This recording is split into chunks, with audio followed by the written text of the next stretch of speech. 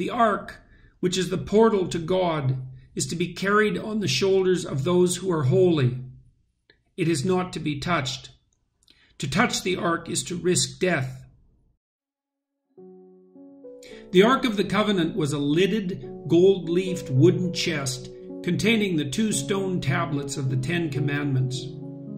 According to various texts within the Hebrew Bible, it also contained Aaron's rod and a pot of manna. God was said to have spoken with Moses from between the 2 cherubim on the ark's cover. The biblical account states that the ark was created a year after the Israelite exodus from Egypt, according to a pattern given to Moses by God at the foot of Mount Sinai.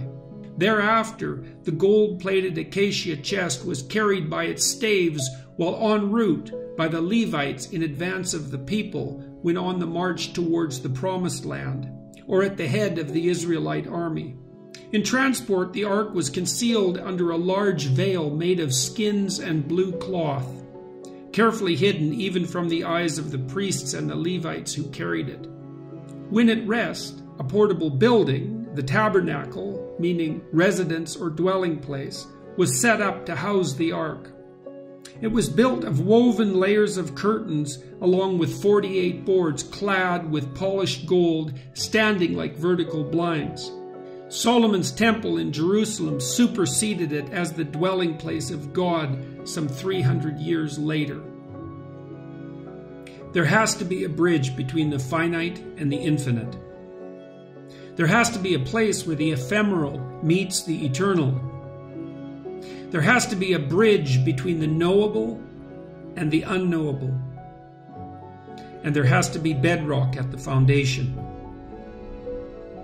The ark, which is the portal to God, is to be carried on the shoulders of those who are holy. It is not to be touched. To touch the ark is to risk death. There are holy things that cannot be touched except at mortal risk. Those things that cannot be touched are at the very foundation of the community. The ark must be placed at the center of the temple. The temple must be placed at the center of the community. The community must be arranged around what is untouchable and unshakable. The untouchable and unshakable is what is axiomatic. The people following the ark have determined to journey together toward the eternal promised land. The city arranged properly around the Ark of the Covenant is eternal Jerusalem. Something must be axiomatic, or everything shakes and falls. The axiomatic cannot be expressed fully in words. Instead, the axiomatic, untouchable and unshakable, is what makes communication in words possible. The axiomatic is a spirit, a process, a living force. Its manifestations, however, are concrete. That is the transformation of the spirit into matter.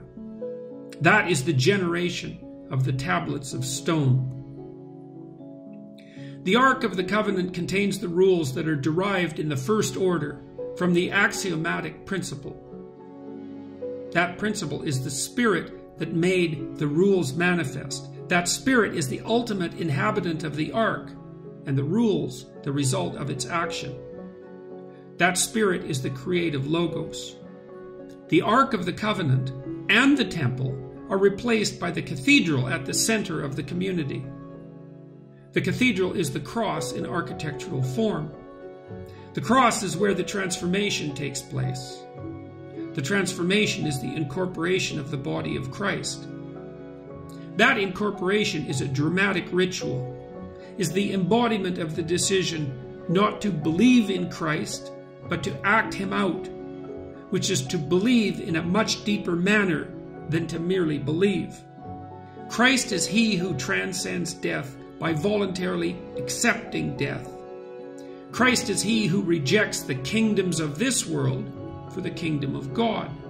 Christ is he who speaks the truth that creates the habitable order that is good from the chaos of potential that exists prior to the materialization of reality. Christ is he who wields potential as the sword that cleaves death. Christ is he whose radical acceptance of the conditions of life defeats the hatred, bitterness, and vengefulness that the tragedy and malevolence that taints being otherwise produces. Without the acceptance of death, bitterness rules and hell triumphs. Christ is the potential of man and woman. It is said that man and woman alike are made in the image of God, and that God is he who uses the eternal logos to generate habitable order from the chaos of potential. This is the axiom. This is the diamond at the center of the world. This is the spirit in the ark that is untouchable. This is the bedrock of the culture that brings peace and prosperity and that respects the dignity of man. This is the great truth. This is the responsibility whose acceptance allows each of us to live despite the catastrophic fragility of our limited being. Our likeness to God gives each of us a value that transcends the finite. Individual and society alike are charged with the ethical demand to respect that value. This is not only the presumption that grounds the idea of the rights of man, it is the presumption that lays upon each of us the ultimate responsibility that is the inevitable corollary of those rights. Face the chaos of the future.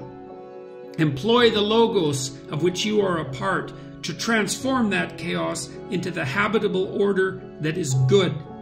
Speak the truth. Embody the truth.